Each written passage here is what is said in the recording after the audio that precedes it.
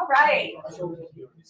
Well, we're going to go ahead and continue. Like I said, we tried to be intentional about our schedule, and I'll let you know, I'm going to talk a little bit about mapping, and then there's time built in for you to spend some time mapping, and then after that our schedule is work time and then lunch. So the idea is we're going to talk through this, and then our lunch has arrived, so you'll be able to take your time grabbing some lunch, chatting, working, playing with this software, sort of thinking through what we've done this morning before we come back together for another formal presentation this afternoon. So before I jump formally into mapping, I'm just going to tell you a little bit. Donna says she's a storyteller. Well, I'm a storyteller too. I come from the world of the theater. Those of you that came to our symposium got to see a little bit of my work in the symposium video. So I've been a performer since I was teeny tiny, and I love to tell stories. And it's interesting with course mapping.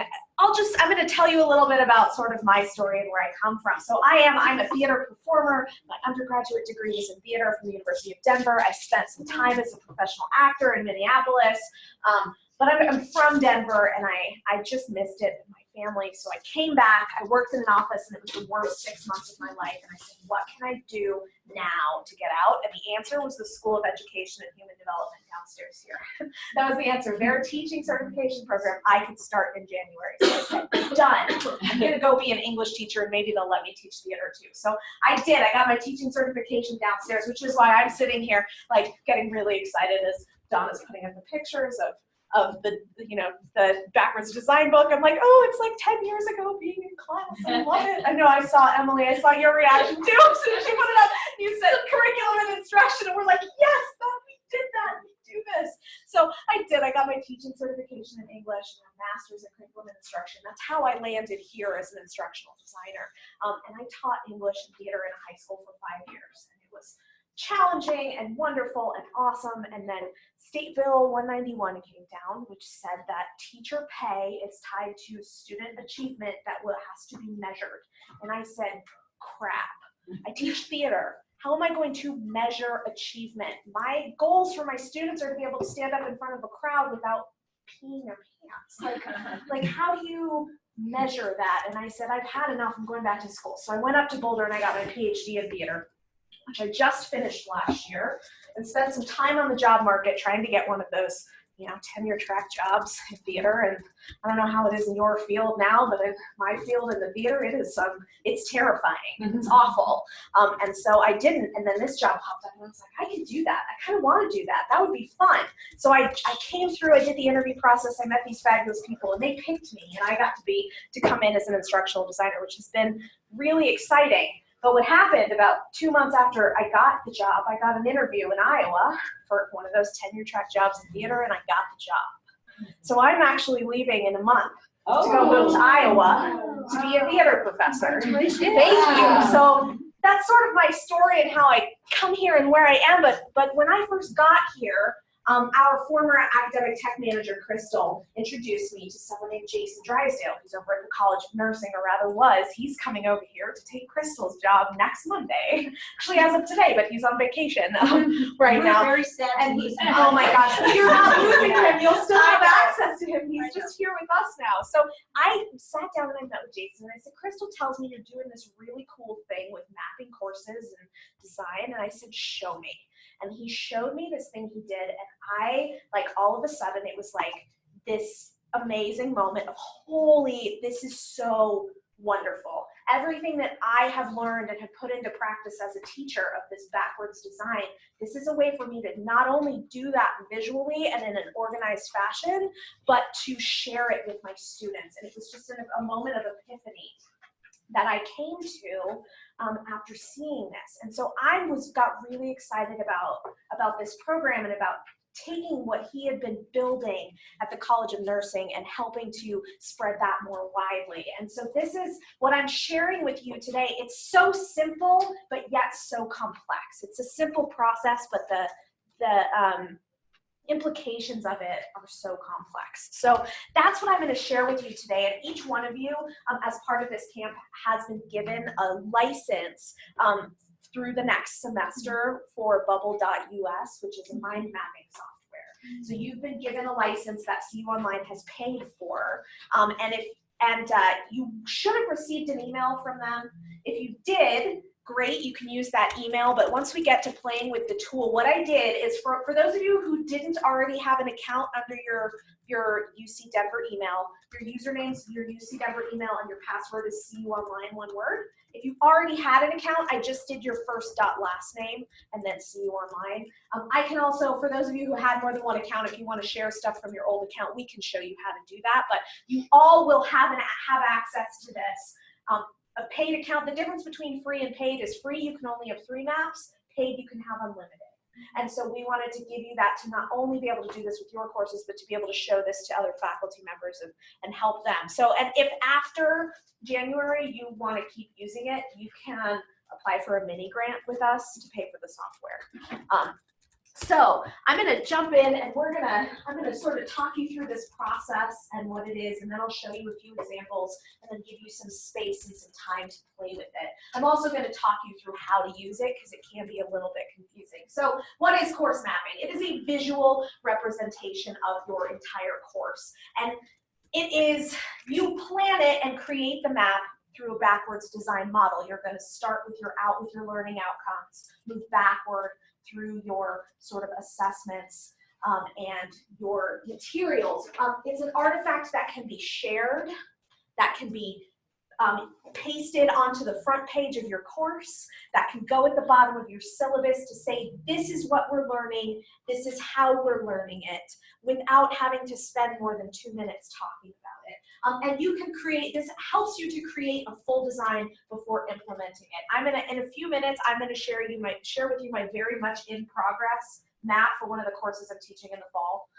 It's a little scary because it's like a window into this whole messy world of me creating my courses, but I figure why not? You all are in the same place. So it's not great or profound, but it's where I'm at right now with that, and I'm gonna share that with you. But it's a way to really assure yourselves that you are doing this, this intentional design. It's a way to create intentional backward design.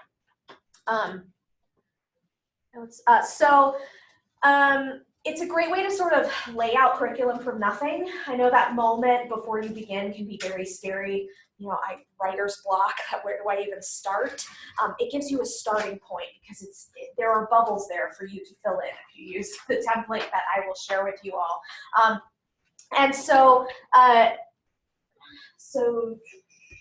Next. So reasons why is sort of the big why. Why should we do this? First of all, outcomes alignment. And that language may be familiar to some of you, it may not. If your department or school has been going through accreditation, talking about outcomes and outcomes alignment is probably very familiar language to you. It allows you to map out everything you're going to do and take your assessments and directly align them to the outcomes that they hit. To say yes, one, as a way of showing what's going on, but two, even in an existing course of showing yourself what goes where. Do you have outcomes that nothing's hitting? Do you have assessments that go to no outcome? And allows you to really look at that and rethink some of the things in your course to make it better, easily and in a visual way. It lets you see the entire course and make decisions based on the course as a whole quickly and easily. You can see everything there, and you can immediately see what's going on in your course in a way that it's hard to when you're just thinking about it. It allows you to see how your students experience the course. So we've talked about backwards design and designing backwards, but the map is laid out in the way that your students experience the course. So you can see, okay, week 1, this is our topic. Then here are the activities and readings the students are going to experience. Then here's the assessment, which leads to this outcome. So though we kind of fill it out backwards and we're thinking backwards, it is laid out forwards for your students. Students are often more likely to buy in. There's a lot of research that has showed that part of this transparency and intentionality, when students know why they're doing something, they're more likely to buy into it. When you just say because, just like with your own children, because I said so is often not a great way to get students to do the learning. Even sometimes because it's going to be on the test you need to take to get your license is sometimes not even enough. but saying, because you need to know this because it's an essential step in the process of learning this bigger outcome for your whole program. Oh, okay, let's go. So it allows your students to see that intentionality in your design. It also allows you to streamline, to trim the fat. Those things, as Donna was talking about, just because I want to share everything, I used to teach a course on the development of American musical theater. And that's my sort of area of focus, is scholarship of musical theater, a musical theater performer. It's what I love, it's what I do, it's what I live and breathe. But guess what? The football players coming into my class to learn about musical theater, because I think it's an easy class, that's another story for another time. They don't need to watch the 30 most important musicals that I think are the most important. No, I need to go and trim out the stuff and really decide which are maybe the 10 over the semester that are the ones that really showcase this development. And the map allows you to do that. It can help you to trim the fat in a sense. So, any questions at this point, just about this idea of doing a map? Wonderful. Oh, it works for online, hybrid, or face-to-face. The thing with a lot of what you're going to see this week, yes, we are CU Online, and obviously there are going to be tools specifically for online and for Canvas and all of that, but good teaching is good teaching no matter where it happens. And this is a tool that you can use with any course, anytime, anywhere. So we're going to check out an example map, a couple actually that I'm going to show you. So they're designed backwards but mapped forwards, and I'll show you that. They have a weekly layout. This is really sort of a best practice for online learning. Though you may have content that spans 2 or 3 weeks, setting up your map by week is how your students experience it. So your topic could be the same for 3 weeks, but really mapping out what they're doing each week helps the student. And when you set up your course that way, it also helps the students to stay on track and ends up leading toward a better experience for those students when you really think about it weekly, even if your content is more monthly. And then the goal is balancing out what's happening. Thinking about, you may have a really heavy week one week, maybe allow some space the next week for processing, things like that. It allows you to see it visually to sort of say, oh, I see a problem in week 4 and 5. Week 4 and 5 are both super, super heavy and really important content. Well, maybe I need to spread that out over 3 weeks instead of 2. It allows you to see those things. So we're going to jump in. And I'm going to show you a couple of examples of maps. So this is Bubble. This is what you're going to get access to. This is the CU Online account in here. And I'm going to show you a mostly completed map. This is one from our OSM course that's up currently. We're in the process of redesigning that. And we actually used this mapping tool to sort of map it out and to create the new course. But this is the old course. And I will zoom this in a little bit. What you can see, I'll point out what you're seeing first, and then I'll zoom in so you can read it a little bit. Obviously, you can jump into the Zoom on your computer too to see it. So what you're seeing here, this is the name of the course. This is a description, and these are tech requirements that we put those things on the map just to sort of remind ourselves to think about that. And what we have here is we have the green bubbles, which is the week number and the topic. We have the orange bubbles, which are readings, videos, lectures, etc. Any kind of non-graded reading or activity.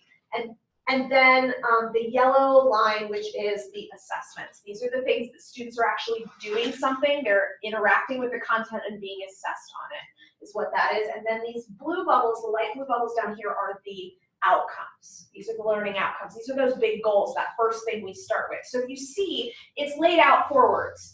Student comes in week 1, oh, it's overview and orientation. I'm going to have these readings, and then I'm going to do this, and then, oh, that connects here. So that's how it's laid out. However, as we go in to design it, we always start with the blue bubbles on the bottom, the outcomes. So just to give you a little idea, here, identify elements of an online course. It's one of the outcomes of our old OSM course. Improve teaching pedagogies through collaboration, sharing, and research. Build course content using appropriate tools within Canvas, apply best practices of online learning to their course, and make meaningful changes to a course based on feedback. So these were the outcomes of the current OSM course. Now, once we put those in there, we go back up and say, okay, here are, and we simply mapped the existing courses, what we did. We went up and said, okay, what are the topics of each week? It's a 10-week course. and map those in there. And then we didn't put all the readings, videos, and lectures in because for our purpose at that point, it didn't matter. Before, with the new OSM map, before we put it in the new OSM course, everything will be on the map. So then we went and we looked at what are the actual assessments that are happening in this course. And we realized, so here we have a pre-course survey, a discussion, and a quiz that don't map anywhere in the first week.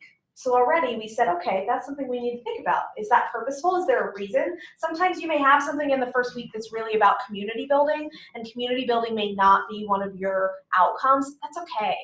Or it may actually, we realized that one of our bigger outcomes was about participating in sort of a professional learning community. And absolutely, this introductory stuff is part of that participation. So it's thinking, that led us to say there's an outcome here that's not being hit, that's important. So you can see all of these things that we put in here that are then being laid out and aligned to the different outcomes. And what we realized, these later outcomes that are sort of at the higher level, there's less stuff that's going toward those. And that told us in this redesign that we wanted to better balance that. We wanted to make sure that we weren't focusing so much on building content and identifying course elements, that we spent all of our time there and not on some of the applying best practices in the application and then the peer review part that's important. So that's sort of how the map looks and works. I'm going to show you, this is a map that I'm currently working on. I'm teaching a directing course in the fall, and so from nothing, from a couple of example syllabi, I was lucky enough to get the job mid-year, so they sent me some syllabi and saying, this is sort of what you're going to be doing, and I come back with all of my questions, oh, are the outcomes this and that, and the publisher's kind of like, I don't know what you're talking about. Great, awesome, I'm just going to dive in and jump in and go for it. So this is my directing course that I'm currently working on, and again, it's a work in progress. But I'll sort of zoom in here. So how I started this process was by looking at the learning goals that were on the syllabi that I looked at. And I said, okay, that's great, but I want to change these a little bit. So these are sort of the outcomes that I came up with for my class. And this is another tool called Poplet that you can use. I purposely used a different tool to keep my CU stuff separate from my UNI stuff that's coming up. And this just gives you an idea of a different tool that you can use. So here, what I did is, looking at my outcomes, so I have a lot of them, which is something I probably need to look at. I think I probably have too many outcomes for this course, and I probably need to pare those down, but I haven't gotten there yet. So participate in a collaborative artistic community. That's one of my outcomes. Experience a variety of directing philosophies and methods. Demonstrate understanding of the collaborative process of play production. Apply script analysis, research, creativity, and communication skills and techniques to directing. That's a terribly written outcome that I need to work on. Apply the visual and practical tools of directing, composition, movement, stage, picture, scheduling, etc. Analyze the work of other directors. Reflect on your own directing practices and work, and create original composition using the tools acquired in this class and other theater classes. So those are sort of what I'm thinking. I think I can combine some of these. I need to pare it down, but that's where I'm at. And then I came up here and I said, okay, what are some of the things that I know for sure that we need to do? And I right now, I don't even have topics. I just laid my weeks out so that I could kind of balance it. And then here, I came in and said, all right, let's look at my assessments. What are the things that my students need to do to prove these things? And if you'll see, starting in the beginning, here is, they're going to have an assignment to introduce themselves, some sort of performative introduction assignment, because it's theater and that's what we do. Personally, I love performative introductions, whether you're in theater or not. Anytime you're getting the students up and making them actually do something, perform something, create something, to introduce themselves, it's just a great way to break the ice. But that's because I come from theater and that doesn't scare me. Can you give an example of that? Yeah, one that I really like is I ask the students to pick 2 objects and bring them in, 2 objects that are meaningful and that somehow relate to them, and they come in and they introduce themselves by talking about those 2 objects. That's a great way to do it. You could do it with a photograph. You could have them bring a photograph that is really important to them, whether it's something they took or something that they've found, and they talk about the photograph and how it relates to their life. So those are sort of ways you can do that. You can have, if it's a communication course or something where public speaking is important, you can have them create a speech of introduction that's a certain amount of time. I just want to say when it's online, you can offer like 10 pictures to choose from and like choose the picture or. Yeah, and they can record these too. They can create an introductory video online where they, you know, whatever you want to have them do. It could even be for you, for your purposes, they could create an introductory video in English and have to subtitle it in Spanish, you know, or in Spanish and subtitle it in English or something like that to sort of start bringing in your content as well. And then just looking through here, some more of the things that we're going to do. One of the things that I did, so one of my ideas is I approach my directing course like a toolkit. I'm going to be introducing them to sort of writing and readings from various important directors who have differing philosophies and ways of approaching it. And one of the assignments that I'm thinking about having them do, it's sort of this, hitting this experience a variety of directing philosophies and methods. I'm going to have them do the readings, and then they're going to come up with a warm-up exercise that's sort of in the style of that of the reading for the week. And they're going to come in and do that and lead the class through it. So that's what this warm-up exercise thing is. It sort of sits out because it's happening every week. So that's just how I did it.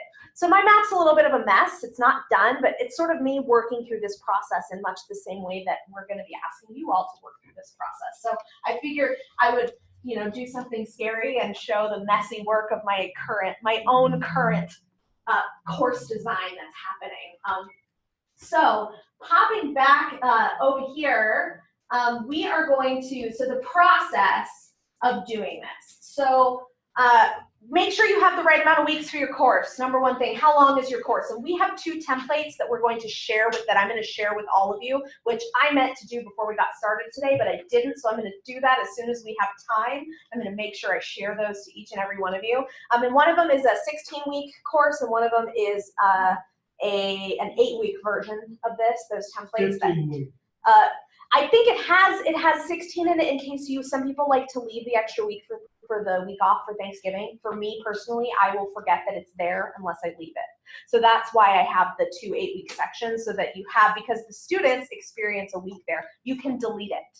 You can just delete that week if you don't want it there. It's just there as a placeholder for you. And then we have an 8-week version. If you have a 10-week course, you can add two weeks easily to the 8-week to do that. So we have 2 templates, so you don't have to start from scratch, that will give you. And so first thing that I like to do, and again, if you want to do this a little tiny bit differently, that's okay, it's yours. Fill in the course title, the tech requirements, and the course description. Just get them in there on the top so they're there. Then you're going to work on your outcomes, and that's the place you want to start. Now this afternoon, Margaret Wood from the CFD is coming up to talk outcomes and talk through what that means. And it depends on your course. Some courses that are very clinical will have competencies rather than outcomes. That's possible. There's differing kinds of language around this. A competency obviously is skill-based. It's something you need to be able to do, be competent in. An objective is sort of a goal of something that you may be able to know or do at the end of class. An outcome is change-based. It's the idea of the change that you want to see in your students, moving them from one place to another. So that's why we tend to talk here in sort of outcomes language, the idea of meaningful change you're going to see in your students. It depends on your course and your discipline, what makes the most sense for you. But Margaret's going to come up and talk a lot about how to do this, finding active verbs that go with this, those kinds of things. She's going to talk about that this afternoon to help you either write or hone your outcomes and objectives. So that's sort of the first place you have to start, and that's what we talked about first this morning. Start with the end in mind. What is it your students need to know and be able to do by the time your course is over, and that's where we start. Then I go to the top and I fill in the weekly topics in the green bubbles, or in the case of my map right now, it just has the weeks laid out for me. I haven't filled in the topics because I'm still not 100% sure on some of it. I don't know what readings I'm going to have my students do. I have a list of like 20 director readings that I want them to do, and now my next job is to go through and figure out what are the like 8 of those that are really the most important. That's where I'm sort of at. So I don't know my topics yet. But then putting the assessments into the yellow bubbles, and then aligning those yellow bubbles to the blue outcomes. That's sort of that next step. You can, if you already have a course that's designed and you're redesigning, you can put it all in first. Put the orange in as well before you do that. But that's where you're really going to see what's going on. When you start taking those yellow assignments and trying to align them to the outcomes of your course. And that's where you may say, I've got some work to do. There's something here that's not quite right. And that's where the process that Jason created is called the collaborative mapping model. And it's called collaborative because what he's been doing at the nursing school is working with faculty members on this, being a second set of eyes, being the student perspective on your course, being the non-content area expert eyes on your course, which is part of what can be really useful with this, and part of what we encourage you to spend time with this week as you build these maps. Find someone who's not in your content area and sit down and look at each other's maps and say, this is what I see. If I were a student coming into your class who doesn't know this content, this is what I would experience, and having that collaborative conversation around design. The map is a really great way to do that. We also offer, that's something that we can do here with you if you want to make an appointment, and we'll look at your map and say, this is what we see, and we'll be doing some of that this week if you want us to. Then putting the course materials and activities in, and then the last thing on here, which is a little contentious, and we'll talk about this on Thursday, is assessing the workload that is in your class and ensuring that you are balancing that. And I have some tools that I'm going to share with you on Thursday in order to do that. So that's sort of the last step. And this map really allows you to see that in a way that not many other ways of doing this allow you to. So I'm going to jump into Bubble and just show you how it works. And where do we find that? Your What? slide, Which one? The one that shows the blue and the yellow and the orange and that you just reviewed. Yeah, this that one. I will pop this into Okay. that folder for you Thank guys. you. Yeah, I'll pop the whole presentation right in there once we're done here, so you can look at that. In Bubble, I'm just going to create a new course map. So what you have up here, that is CU Online is the account I'm in. This will show your account when you log into your own account. You won't have this managed team because I have the managed team because I have 20 some odd people who are sort of nested under our account. Your mind maps here, you'll see any maps you have. These are all the maps that CU Online currently has. And what you'll probably see is just the new mind map and new folder button. And if you can organize these however you want. If you want to make folders, feel free. This is your account. And here, I'm just going to click new mind map. That's what all you need to do to create a new one. Now, if you wanted to, this is just blank slate. And I'm going to show you how the tool works, and then I'll show you the template. And then I am going to share that with each of the accounts that I created. So in a few minutes after I sort of say go, you'll have access to those templates. But what you'll see here is you'll see a bubble that says start here, and then you have sort of nothing else. And so I'll give you a little tour of this software to see so that you know how it works. So now with the bubbles, on this first bubble, you'll see two arrows, two plus signs on either side. And what that does is this one adds a bubble in the same row.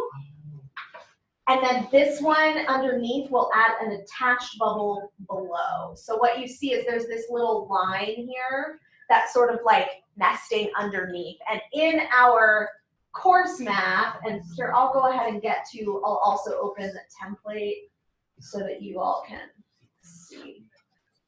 So in the course map, you'll see that our weeks sort of have these, have the lines that go down on them. So that's how you create new bubbles. The other way to create a new bubble, if you want a bubble that has nothing to do with any other bubbles, it's not in a row, that's not below, is just click this little button here on the bottom. So that's how you create a new bubble. When you've clicked on a bubble, you have a few options. The X up here is to delete it. This here is to change the color. So you can change it to whatever color you want. So I'll change this, I'll make this a pink bubble. What you'll see is when you add a bubble beneath, the color of the new bubble is in relation to the color of the bubble above it. So if you see when I do this, it makes it a brighter pink. You can go in and change that however you want, but that's what happens there. If you need to resize your bubble, when you kind of go over it, you'll see you get the little arrow and you can drag to resize it. It should also automatically resize as you type into it, but this allows you to make it however big or small you want. Then here you can bold or italic your text. You can change with how the paragraph looks, all of that kind of stuff.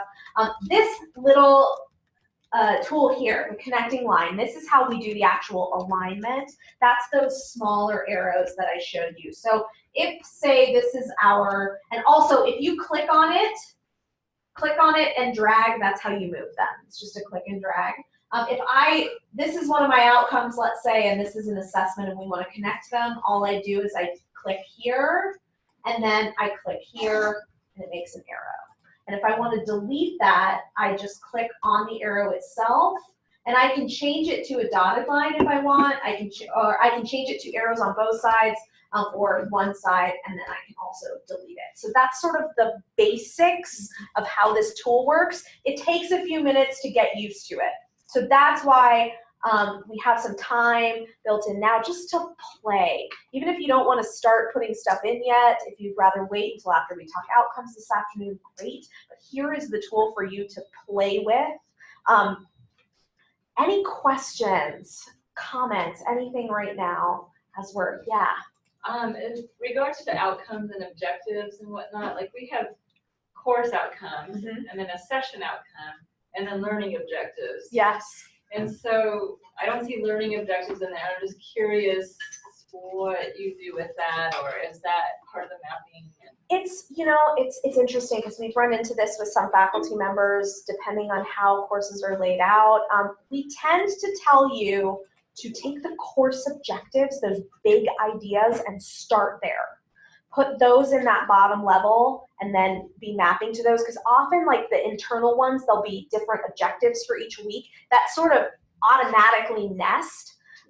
Now, if you're sharing your map with your students and you want to include that, you can just add a row that shows the weekly outcome, and that can either be, you can do that either on its own, like the course outcomes down here, or you can do that underneath, right underneath your the weekly activities and stuff. You can just add a row in there, however makes sense to you. I worked with a course that has 2 instructors because it's 2 different courses. It's a graduate nursing course and it's an undergraduate sociology course, and so we ended up with 2 rows of outcomes because they were trying to do this dual course thing, and the nursing outcomes are different than the sociology outcomes. So we ended up settling on 2 separate maps because it was too crazy with all the lines, but it's very fluid. I want you to think of this as a starting point and a great way to organize, but not necessarily, it's not that you have to do it exactly this way. Whatever you need to put in there can be part of that process. And sometimes it becomes clear that we've seen it where the course level outcomes, when they get to that point that they're really pointing to what's in the course, the rest of the outcomes and objectives can almost go away because they don't matter. Sometimes it's a department mandate, and so they have to be there. And sometimes the outcomes are departmentally mandated. So we say, okay, these are our course outcomes. Let's add weekly outcomes that are really what you want them to be, because you can't do that on a course level. So it's very fluid. Some other questions? Can you change the shape? Those are all rectangles. I'd like to, this is just mind mapping, which I've done for you. Yeah, you can't in this tool. You are welcome to use any other mind mapping tool that exists online that you like. Okay. There are others. Poplet is one that I showed you that seems to be really good. Most of them, unfortunately, are rectangles. I haven't seen one that allows you to do circles, but you could do this in any like drawing program that you wanted to too, if that part of it's really important to you. Yeah, I apologize that they should. Not everyone fits in a box. They shouldn't make us be in a box. Yeah, absolutely. And I just realized this one, before I share, I need to change those to yellow because they're the wrong color. Other questions about, and we're here to help you as you're playing with this if questions are coming up. So let's do this. We've got food, we've got lunch, we've got mapping software. I'm gonna go in and share I'll put up the steps again for now, and then I'll share that with you all in your Drive folder. I'm gonna go in and share the templates with you, and just take a minute, start playing, grab some lunch, have a conversation. What time is our next? Well, so lunch is next. lunch at and then noon, and then the next one starts at 12:30. at 12:30, we have Margaret coming to join us. So we have an hour and 15 minutes for lunch, work time, bathroom break, whatever you need. Take that time to process, to digest what we've done this morning, and we are here to help you as that happens. Only 45 minutes. Oh, 45 minutes, sorry. I'm like, I can't read the clock. Awesome, so yeah, have at it, and I'll get those shared with you. And don't hesitate to flag us down. Yeah.